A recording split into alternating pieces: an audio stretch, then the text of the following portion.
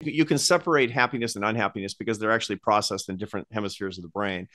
And happy and unhappy moods can co-occur. So you find people who are very high affect, they're high negative affect, high positive affect are called mad scientists. And the people who are low and low affect are kind of the judges. People who are high and positive and low and negative are cheerleaders. And people who are high and negative and low and positive are kind of the poets. These are these temperaments that we have with respect to positive and negative affect. I'm super high in both, super high in both.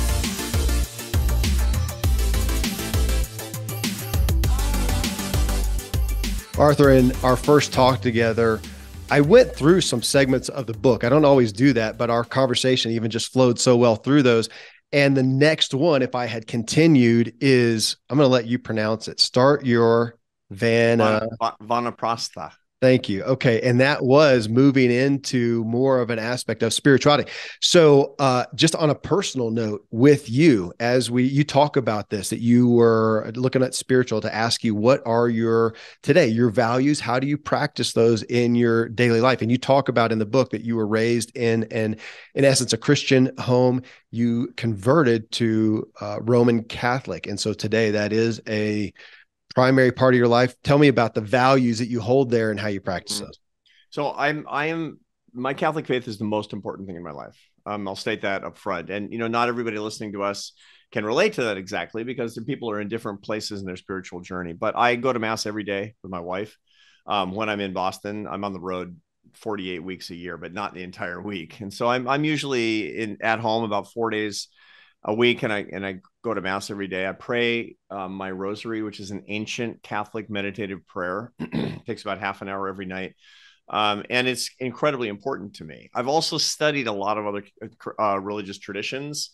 I've done extensive and very deep work with His Holiness the Dalai Lama, somebody that I was just very recently. I was in Dharamsala at his monastery where he lives with his monks, and spent several days working with him. We're working on a book project together, as a matter of fact. Mm-hmm. And I've studied with Hindu masters. I've studied with, rabbis and imams and a lot of spiritual traditions. So I have a lot of love for spiritual and religious traditions that are not my own. And by the way, for humanist traditions that are not explicitly religious at all. I've learned a great deal from people who are experts in the Stoic philosophy, for example, and people who are even atheists, but who are trying to live the best possible, most fulfilling and other focused life.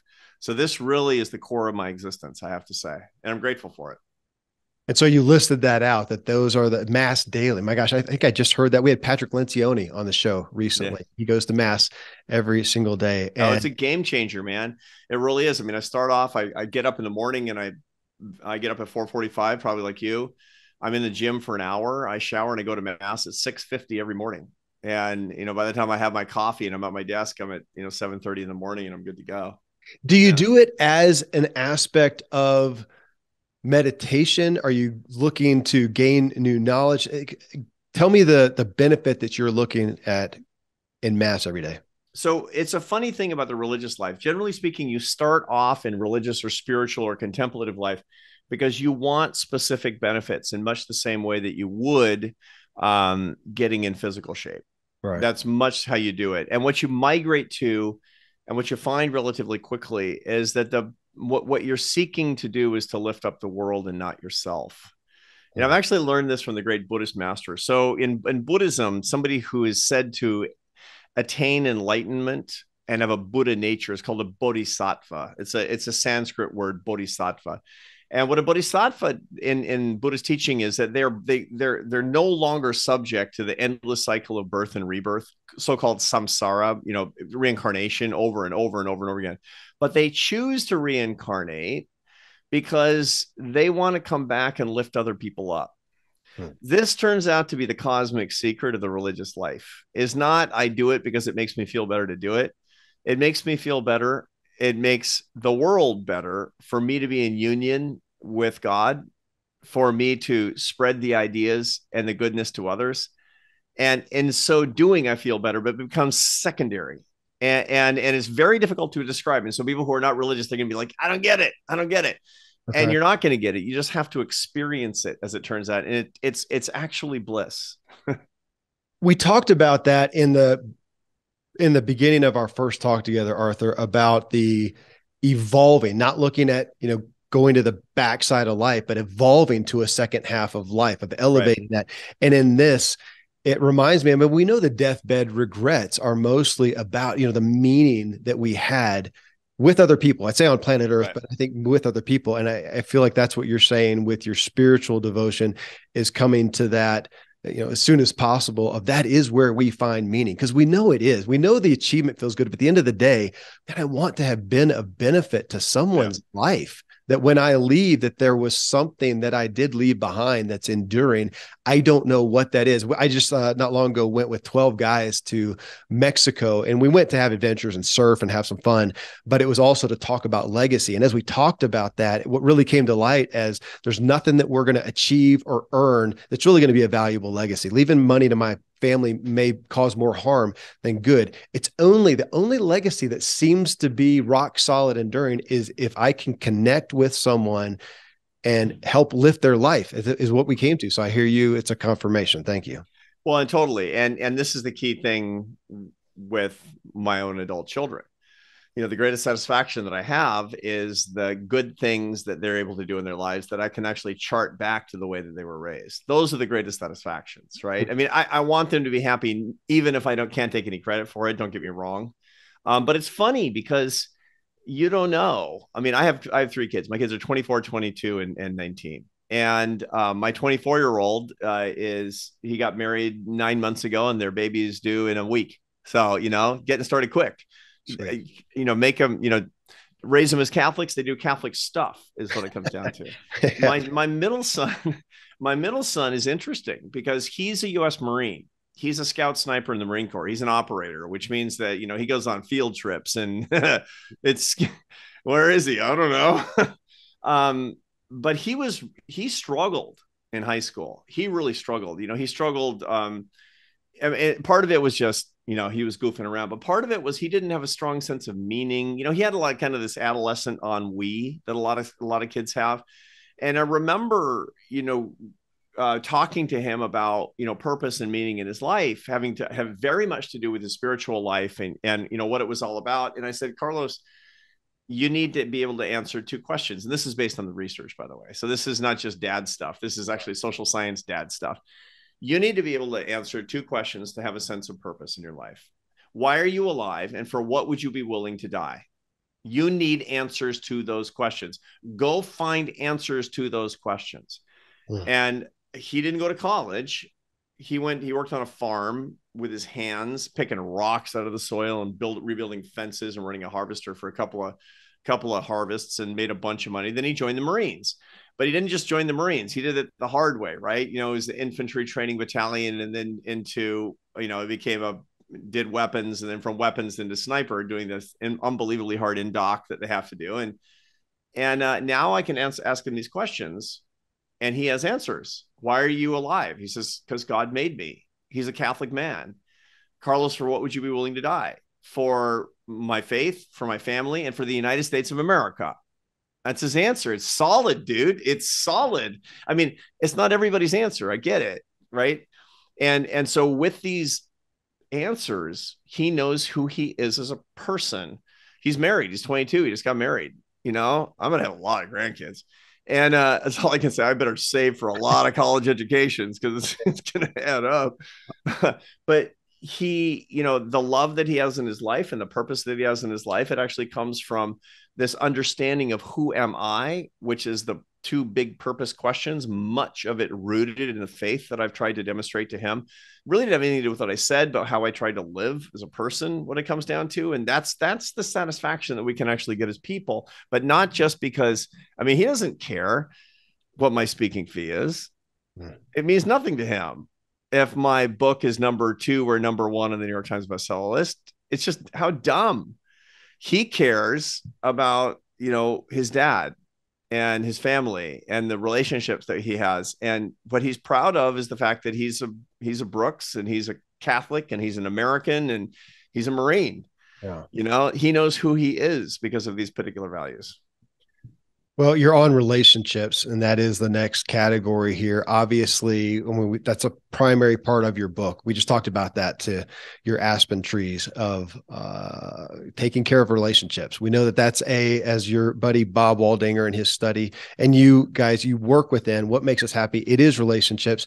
When you look at them today, though, there's got to have been an evolution for you as to how you looked at relationships at one point, and now, especially through your work and your own life experience, how you or what values you put on relationships today. Yeah. Tell me about it. Well, I'm not perfect. I mean, the reason that I study happiness is not because it's interesting research, but because it's valuable me search. I mean, I'm doing this work because I need it. I need the answers to this. I'm not a naturally happy person. I score below average on happiness scales. And part of it is that, I have a very high negative affect. What you can separate happiness and unhappiness because they're actually processed in different hemispheres of the brain. And happy and unhappy moods can co-occur. So you find people who are very high affect, they're high negative affect, high positive affect are called mad scientists. And the people who are low and low affect are kind of the judges. People who are high and positive and low and negative are cheerleaders. And people who are high and negative and low and positive are kind of the poets. These are these temperaments that we have with respect to positive and negative affect. I'm super high in both, super high in both. And so the result of that is I need to manage myself. And for the longest time, the way I tried to manage myself is by achieving more and more and more. And fortunately, I'm a social scientist who also studies philosophy and neuroscience. And I was able through my research to figure out that I was on the wrong track relatively early. But there was a lot of years of heartache. I'm telling you, I mean, for the first 12 years of my career, I mean, I left college at 19. I was a professional classical musician for a long time, really at the top of my game. I was the principal French horn player in the Barcelona Orchestra. I mean, it was like pro cycling. Yeah. It was like, holy moly. Right. Then I left, because it wasn't going the way I wanted it to go. And I went and got my PhD. And then I started working my way up the ladder as an academic, trying to get into the best school, trying to, get the best job, trying to get the promotion, the tenure, the endowed chair, this whole thing. And then, run the company and then write the books. And I'm like, I'm not happy. I'm not happy. What am I missing? And my wife, my long suffering wife, Esther, she says, you don't have enough love in your life. You're not taking the most important things seriously. I'm like, yeah. Love for what? She says, love for God, love for me, love for your kids, love for your friends, love for everybody through your work by serving people as opposed to serving yourself. And I'm like, all right, I'll check it out. And so I didn't just think about it. I didn't go away and think about it. I did the work. I actually ran the data. I looked at the literature. I dug into the neuroscience, and she was dead spot on. She was exactly right. And so the result was, on the basis of this research, I changed my life. I made brand new commitments to my life. I quit my job as a CEO. I dedicated myself completely to writing and speaking and teaching about lifting people up and bringing them together in bonds of happiness and love using science and ideas. What I do today is because it's what I wanted for my life. It's what I found to be true. And it's what I want to share with others. Bottom line. How does that look like in Arthur Brooks' daily life? If not daily, every other day, the consistent things that you're going to see, oh, I see him making this investment for relationships. That's a tangible, specific thing. Yeah. So it's requiring a balance. It's trying to be in a relatively balanced life. I mean, I am on the road all the time, but I make big efforts to never be gone on the weekends. When I'm in Boston, I never go out at night. So I eat dinner with my family whenever I'm here. I start every day when I'm here going to mass with my wife, with my son and daughter-in-law who live, one of my sons and one of my daughters-in-law who live right here. We see them constantly. I talk to all three of my adult kids on FaceTime every single day, whether they like it or not. I did not have a close relationship with my parents. Right. And all the way, my greatest regret, Kevin, is that I was going through my 20s and 30s. I was thinking, my parents are such interesting people. My father was a brilliant mathematician, professor. My mother was a professional artist, incredibly creative. And I'm thinking, they're such interesting people. I'll have time to get to know them, right? I was making the wrong calculation. You should always ask yourself, how many more Thanksgivings do you have with your parents? It's fewer than you think. I make my students do a discounting problem on that, actually. And I thought I'd have more time, but then they died. They died young. 66 and 73, and one of them was demented, and it was not a happy thing. It was a really, really bad thing. So I made the commitment, as this was going on, that I wasn't going to be that way with my own kids. And so I have these protocols in place where I can do my work, I can share the ideas, I can meet people to lift them up and bring them together, but I will not marginalize my relationship with God, nor with my closest friends whom I talk to very frequently. Certainly not with my wife or my adult kids. It's just not going to happen. I make sure that the institutions are in place in my life. On that same note of devotion to a priority, something that you value there, on the health and wellness side specifically, that's one where you already told me that you miss a day a month maybe on your exercise. So we'll start there, literally on the exercise.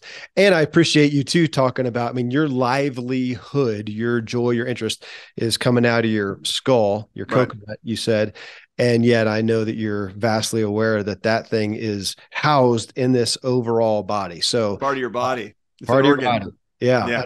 So tell me about the, as you look at, kind of that, your perspective on health and wellness. So you're working out every day. It doesn't look like I don't get the idea that you're trying to go for the next, Olympic trials and get it.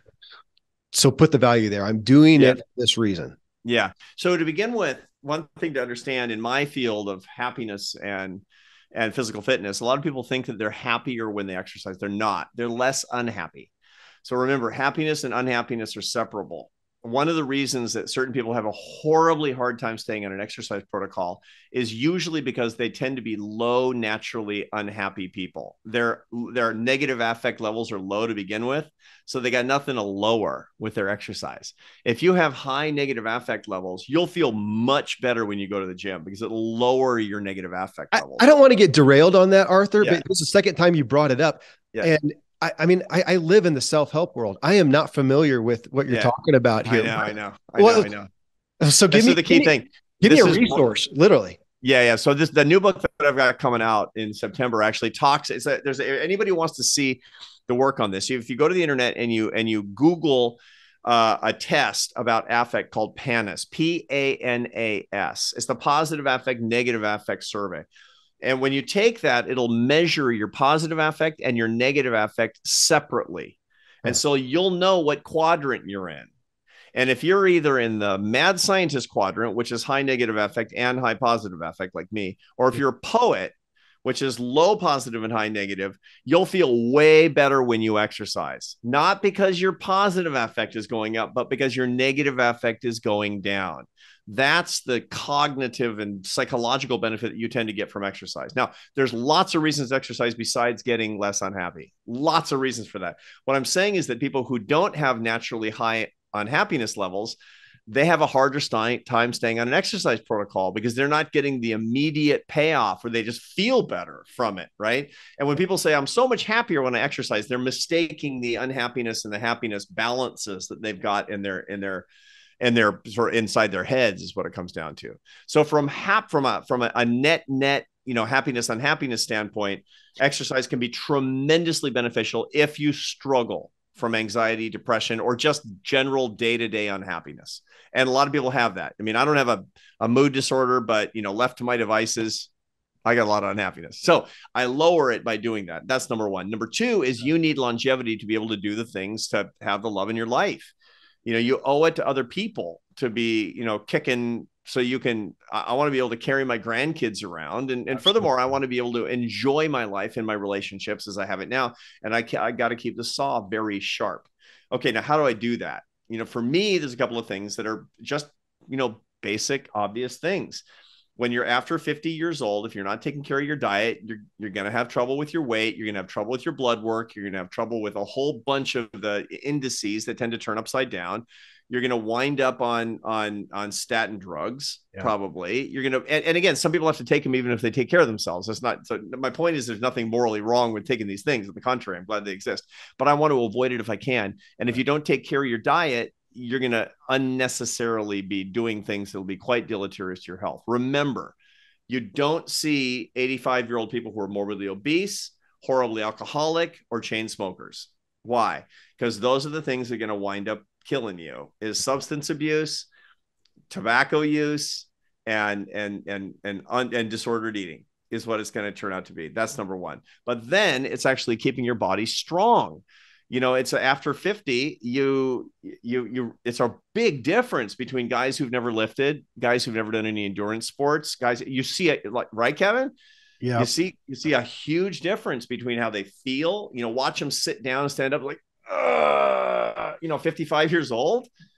And you're not old is the bottom line. You can basically, if you take care of yourself, if you commit yourself to doing you don't have to do an hour a day like me. You don't have to do 10,000 steps plus an hour in the gym, which I try to do every day. You can do less than that, but you got to commit yourself to something. And if you do, you can basically stop the clock.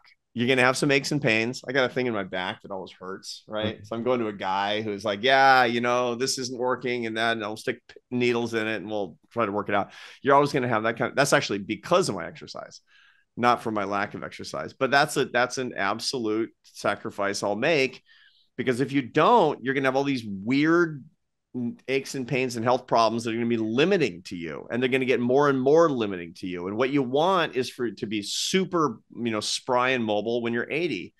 And the only way to do that is to be extremely active when you're 50. Yeah, to be spry today. Yeah, it's funny you talk about the groaning. That's a hot button. So my buddy's a functional medicine doctor.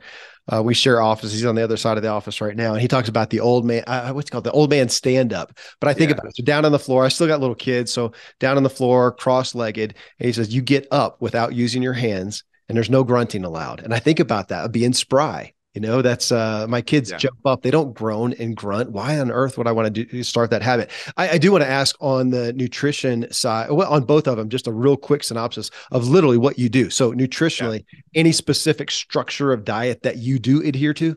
Yeah, I am, I'm a protein guy. I feel much better. And I also know that you metabolize protein less and less and less efficiently as you get older.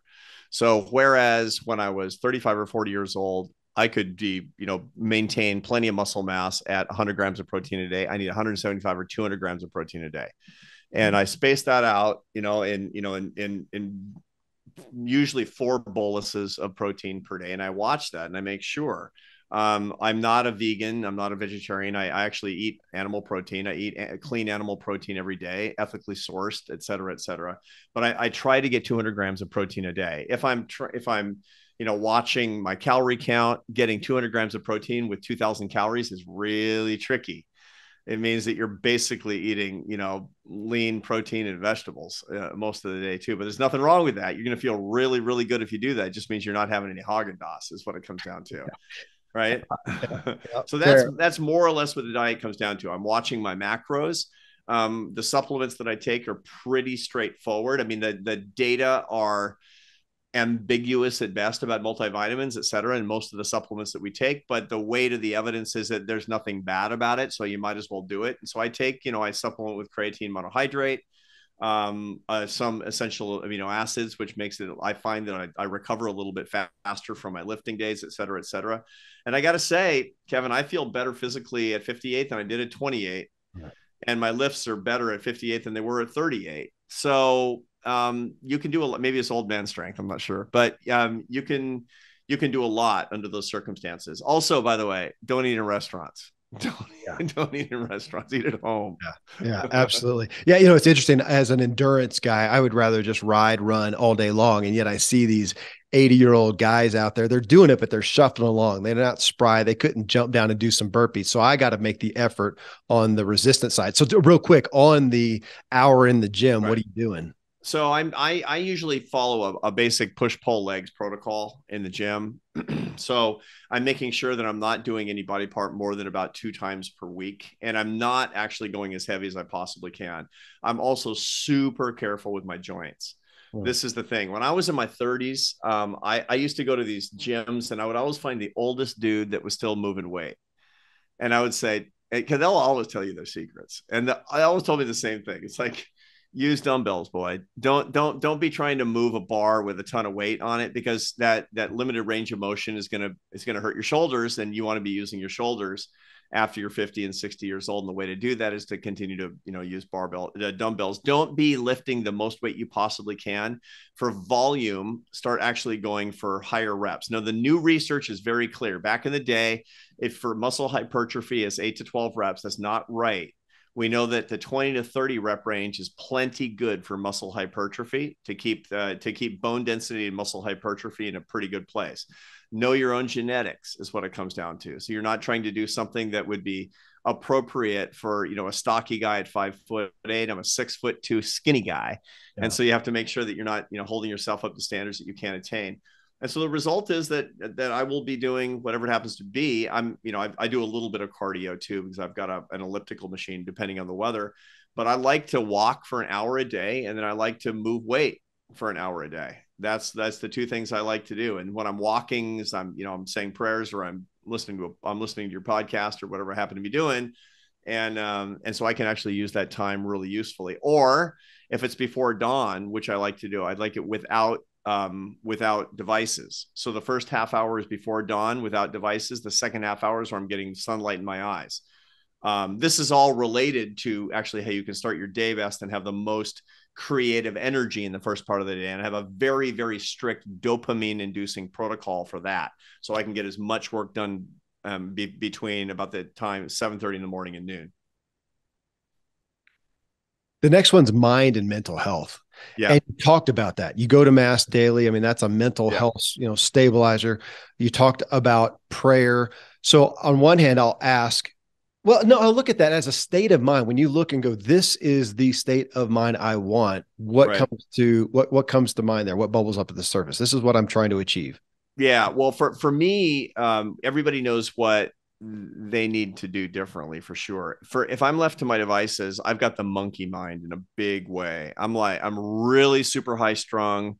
Yeah. I can't get the machine off at night. I need peace and perspective, and I need to corral my productive energies into a particular time frame. And so I know physiologically how to do that based on the neuroscience, based on the research. I'm a researcher, which makes it a lot easier as a scientist to be able to do this stuff. And so what I do to induce the state of mind that I need for peace, for example, when I'm trying to go to bed at night, but also for focus when I'm trying to do my work. Again, I'm an idea guy, which means that I need to focus my attention on doing my creative work, doing my deep creative work. You get about 3 hours of deep creative work a day. No matter who you are, you don't get more. I mean, if you're some sort of superhuman and you're pounding Vyvanse or Adderall or Ritalin, by the way, don't do that, because those are bad and addictive psychostimulants. Yeah. If they're not prescribed to you, I mean, don't do that illicitly. If you're not doing that, you're going to get 3 hours a day. And so the way that I do that is I make sure that all of my protocols in the morning are setting me up for that. So when I wake up at 4:45 in the morning and I work out for an hour, I'm not taxing my mental state. I'm not trying to learn neuroscience while I'm moving weight around. I'm usually listening to trivialities about, the markets and, all that kind of stuff that I can, I'm an economist. I can do that stuff, Right. I don't have to use any brainwaves for that. Then I go to mass, and then usually on the way home from mass, especially if I walk home, I get sunlight in my eyes. Now, what am I doing? I've waited at least an hour and a half or 2 hours before I even get any caffeine in my system, because I'm clearing the adenosine in my brain. Adenosine is an inhibitory neuromodulator that makes you relax. Right. What happens is you wake up in the morning, you still have a ton of it in your brain floating around. You want it to resolve itself. Why? Because caffeine blocks the adenosine receptors in your brain. The receptors on the neurons that would fit adenosine, caffeine blocks it. Caffeine doesn't pep you up. It doesn't allow you to not be pepped up. That's really what's going on. If there's adenosine floating around in your brain already, And when the caffeine molecules, when they metabolize and they come out, all the adenosine will suddenly go back in and you'll crash and want to fall asleep at 2 or 3 in the afternoon. You don't want that. So wait at least an hour and a half to 2 hours after you wake up before your caffeine, do your exercise during that period and get natural light in your eyes. Then pound your coffee and then sit down to do your work and have 3 hours of deep work where nobody bothers you. You will have max dopamine, max attention, max focus. That's when all your creative work has to happen. No emails, no distractions, no stupid Zoom meetings with, dumb thing, this, that, or that. No. Don't do that, because that's a waste. And if you need to write your book or your business plan or whatever it happens to be, you'll be just in the zone for that particular period of time. Then have your lunch and come back and do the work that you don't need that super intensive creative focus on for the rest of the day. Thank you. I generally ask in this too, where do you have, and you may have already answered it, where do you have to guard against as far as for your mental state? And is that, for you, is that the monkey mind, just the consistent? Yeah. So that's where you're, okay. Yeah. It's the distractions that come from my monkey mind and the distractions come from outside. And so the endogenous and the exogenous distractions that come to me.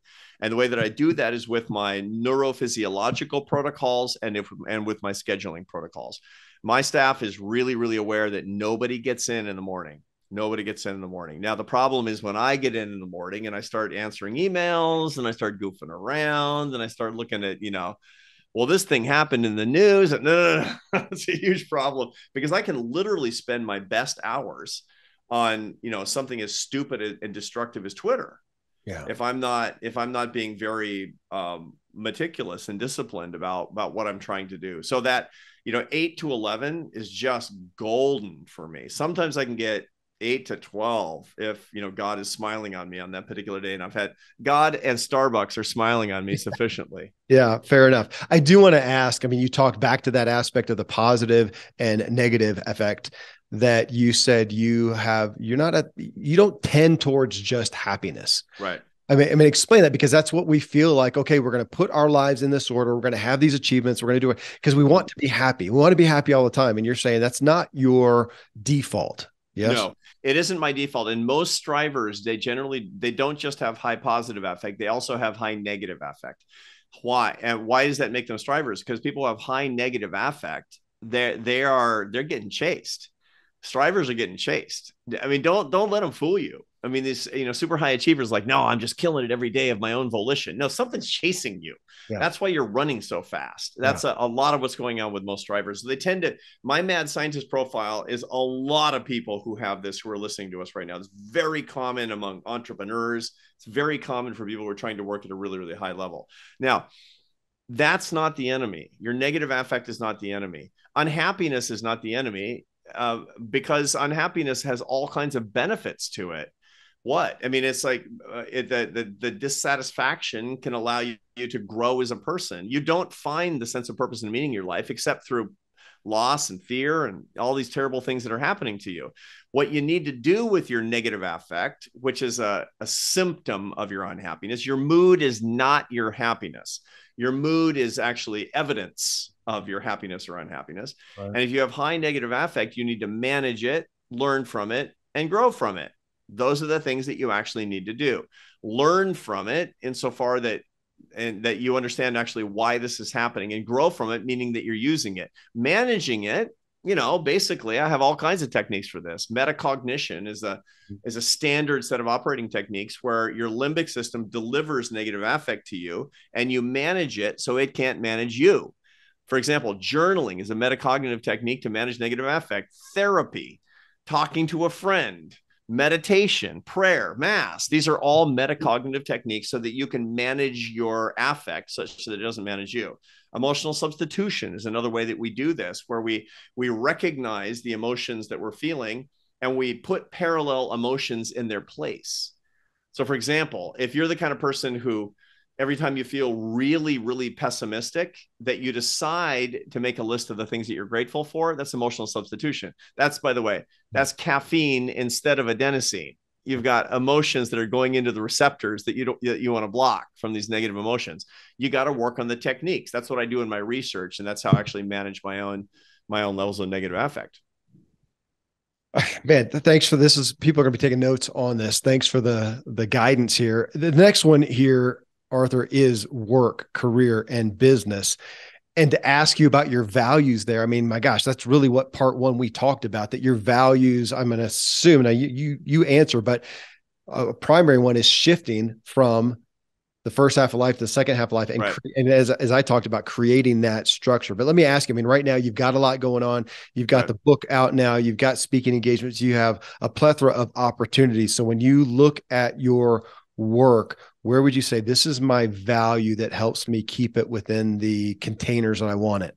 Yeah. The key thing with your work is to remember the why as opposed to the what. As super high strivers, people listening to us right now are going to be thinking about the what all the time. What am I doing? What am I doing? What am I doing? Remember why you're doing what you're doing. Write it down, write a mission statement for what you're doing. And the reason is not so that you'll work less, but that you'll be smart in the way that you do it, and you'll make smart decisions. And and when I do this, I mean, I have a company, that manages all this. I have a CEO. The company's in Northern Virginia, is separate than my academic work, and all the employees, including my CEO, we all join hands and we say, this is the why of what we're trying to do. And we have 4 goals in order based on the mission statement. Number 1, glorify God. Number 2, lift up others. Number 3, have a big adventure. Number 4, make a living. Hmm. Now, and it's not like, don't let number 4 become number 1. Don't do it. But if all you're thinking is what, these things are going to get out of order. And that's actually how I do. The order of operations is critically important for understanding the nature of the work. So it can be a very high level. We can still be busting our picks. We can be really, really successful in worldly terms, but we're doing it for the right reasons. It's not money, power, pleasure, fame, as we talked about in the first episode. It's faith, family, friends, and work that serves for the sake of serving, if we keep our order of operations straight. Your career path has been, would you put it in essence, 3 categories? You went from being a professional musician, then you're CEO of the think tank, and now you are where you are now. Is that fair? No, I was an academic in the middle. So I was a professional French horn player. Then I was a professor and researcher, a social scientist doing, basic scientific research. And they were in 10-year chunks. So 12 years as a horn player. And then I went to graduate school. Then I was 10 years as a professor. Then I was 11 years as a CEO of this nonprofit. And now, however long I get on this one, it's writing and speaking and teaching. It's basically doing the happiness work in public life is what it comes down to. How do you view retirement at this point? So retirement's funny for strivers, and I work a lot. I work a lot with athletes these days. I'm not a consultant or a coach. I'm a teacher. I go into companies and I do workshops and I do a lot of public speaking. And so when athletes and actors and people and CEOs call me, that's free, because I want, because these strivers, and so the biggest question that I get is, how do I stop? How do I get, it's like getting off a unicycle that's 10 feet tall. That's what it's like to be a striver. How do I stop this crazy thing? That's a good I don't know how to get off this. It's going to go boom. Okay. The way to do it for me and you and everybody else is not to stop. It's actually to understand that you're going to be productive and you're going to be successful, but you need to do it on slightly different terms. So when I look at it, for example, a CEO, an 80-hour-a-week hard driving CEO who's 70 and it has to stop for health reasons or for, or they're just getting bumped because, when you're in those jobs in particular, you either leave before you're ready or you leave on somebody else's terms. Yeah, that's fair. And it's like, and that's brutal. Either way is brutal. The way to do it is to look at next year when you're not going to be forced to be working 80 hours a week and to say, what is it that I most hate right now? And the answer is always the same. I hate being rushed. That's what everybody says.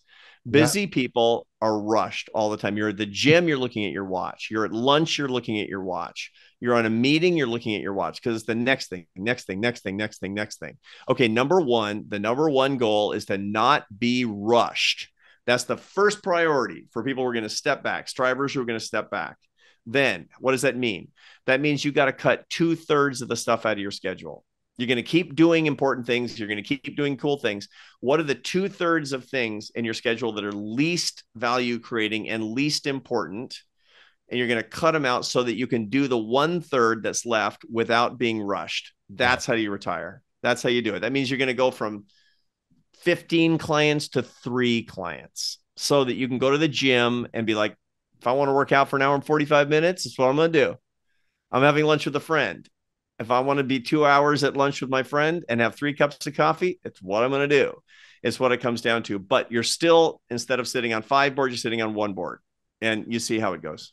I do. And again, man, that's why you're standing, you're here in the show. You're barking up my tree right now. Cause that's what I find out. That is the most frustrating thing, is being rushed. I loathe it. And I little by little, and this has been part of hiring more people and having team, like you talk about, looking at what can I not do, because I just want a day that's not rushed, that I can totally. Everybody really, listening to us is listening to your show because they want an edge. And the one thing that's driving them crazy is that they feel rushed. And a bunch of people are like, should I listen to this episode until the end? Do I have time to listen to this to the end? The reason is because they're rushed. And the reward for having a successful and a fruitful and meaningful career is that you continue to create value, but you're not going to feel like a chicken with your head cut off anymore. you just mentioned your 4 goals, order of operations. You said glorify God, lift up others, have a big adventure, make a living. Make a living. That's the next category here, is money and finances and wealth. So even as you've been doing this research and looking at this second half, this evolution of life, I'm going to call it, how have your values changed as you look at, and again, I'm going to put money, finances, wealth, possessions, whatever, in one basket? Yeah, people are funny because they have a tendency to as they get more successful. And again, this is very privileged stuff that you know, a lot of the people listening to this, and you and me, that we're okay financially. We're more than okay financially. The problem is that our experience of money hasn't kept up with actually what's going on in our lives, and so we tend to think with more of a scarcity mentality than is actually appropriate. So we're thinking more about, I don't know, man, I shouldn't hire somebody for that because that's expensive. And we're always a little bit behind, and it tends to make us make bad decisions. Now, if you're on the other side of that, which is that you're still that resources are really, really scarce, or they used to be abundant and now they're scarce, you can make the opposite set of problems where you're wasting money and getting into trouble. But that's not what I find with most drivers. Most drivers, what they do is that they'll hoard money, and they'll work for money, and they'll do things for money that they don't want to do and that are not a very good use of their time, and not very good for their relationships, because that would have been a really useful thing to do 10 years ago or 5 years ago or something. They're running their $30 million business like a $5 million business is a lot of what's going on. And so you got to stay with the times. Now, one of the things I recommend is get somebody to help you who's coming in fresh and looking in a very rational way at what your actual situation is, and can help you make some decisions that make sense given your current circumstances, given the fact that you're probably too close to make these decisions yourself. I am too close to everything in my work to make the decisions. It's taken a long time to understand that, especially when you're adept at stepping into somebody else's world and auditing that and seeing what's going on. You by proxy think you can do that with yourself. And it's just been amazing how I think I have less ability to do that these days. Yeah, no, it's a real problem. I mean, I see people who are like, I'm still cutting my grass, even though I don't. And that's just because you realize how much that costs. That costs like $50 to pay somebody to do that. Yeah. And not spending time with their grandchildren as a result of that. And, okay, if that's your decision, you're doing that on purpose, fine. But if you're doing it to save the money, and you actually have the money, that's a mistake. I mean, by the way, there's a huge research on money and happiness.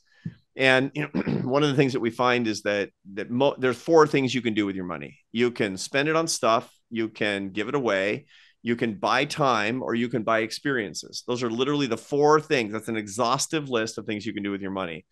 We all think, because Mother Nature implants in us the idea that we buy stuff that we're going to be happiest. That is literally last in the line of what's going to make you happiest.